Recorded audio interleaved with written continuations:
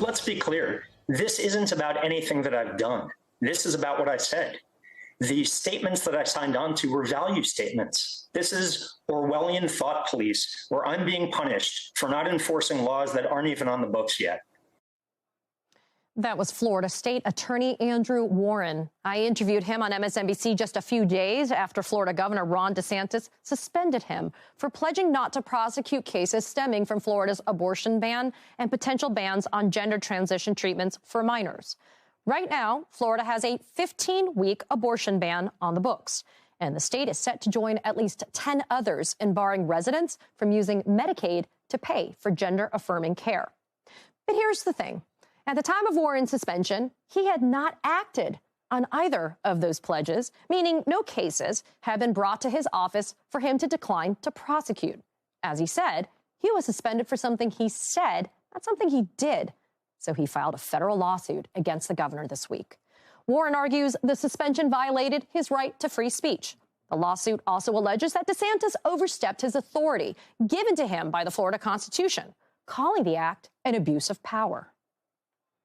In our country, there are protections for freedom and limits on power.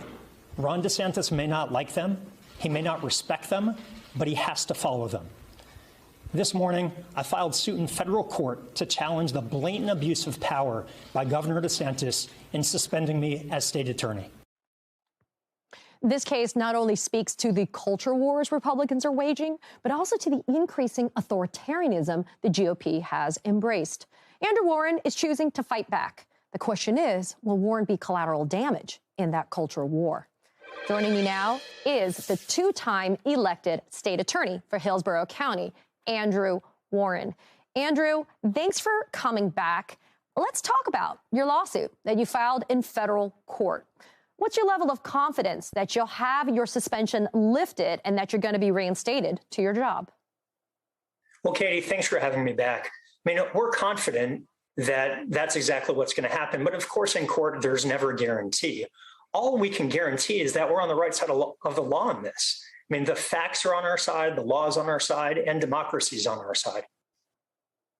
Andrew, recent straw polling from that CPAC conference in Texas shows when asking about the 2024 Republican presidential nomination without Donald Trump, DeSantis led the pack with 65% of the vote. What kind of precedent is your suspension as a twice-elected state attorney setting for a potential presidency under somebody like Ron DeSantis? Well, we can't overstate the danger that this poses to our democracy. And Katie, this isn't about me. It's not about the one elected official that they're suspending. It's about the power that they have now to overturn elections and to throw out people's votes. And that's why this is so important to everyone across the aisle. We've had Republicans and Democrats and independents reach out and say, this is ridiculous. This isn't how democracy works. And they're absolutely right. If this goes unchecked, if the governor is allowed to suspend people from office because he doesn't like the outcome of elections, what's left of our democracy? You know, Andrew, you talk about the strength of your lawsuit, that it stands on all fours for the law and how the law supports your position, that the facts are actually in your support. What type of legal guidance, then, is somebody like Governor Ron DeSantis getting at this point? What type of counsel is he getting that he's so bad, he's so wrong on the law when it comes to the suspension of you from your office? I'm not sure. I couldn't tell you that. I mean, we have seen a few examples where the governor has passed a law that has been overturned by the courts as unconstitutional. And here he violated two laws. One, he violated my First Amendment rights by retaliating against me for something that I've said, not for something that I've done, as you pointed out. And second, he's abusing his power under the Florida Constitution by suspending me, an elected official, without any legal justification. So we're filing this lawsuit because we want to make sure that even though Ron DeSantis is still the governor of Florida, the First Amendment has meaning, the Florida Constitution has meaning, and our democracy still has meaning. Florida State Senate, which could ultimately determine the outcome of your suspension, has decided to wait for the conclusion of your lawsuit before taking any further action. Senate President Wilton Simpson basically told through this memo that we're showing on screen, told his fellow senators that they should refrain from speaking publicly about the merits or substance of any executive suspension. Andrew, do you think that this message from Wilton Simpson is just an extension of Ron DeSantis trying to muzzle politicians from exercising their own First Amendment right to free speech, from voicing their opposition to his move? Well, I can't speculate as to what the Senate president's motivations were. What I can say is that it's refreshing that they followed the law. And the law is that when a lawsuit's been filed challenging a suspension, it puts the Senate procedure in abeyance. It puts it on hold. So the Senate moved very quickly to do the right thing here, which is to wait to see what happens with a legal case. But I can't speculate whether any senators want to get involved in this or not. I mean, the bottom line is that the law is on our side, and we're confident that the courts are going to end up vindicating us based on this illegal suspension. What kind of message does this suspension send to every other state attorney and elected official in the state of Florida who perhaps differs with the governor's policies? It's such a good question, because that gets to the heart of what this is about.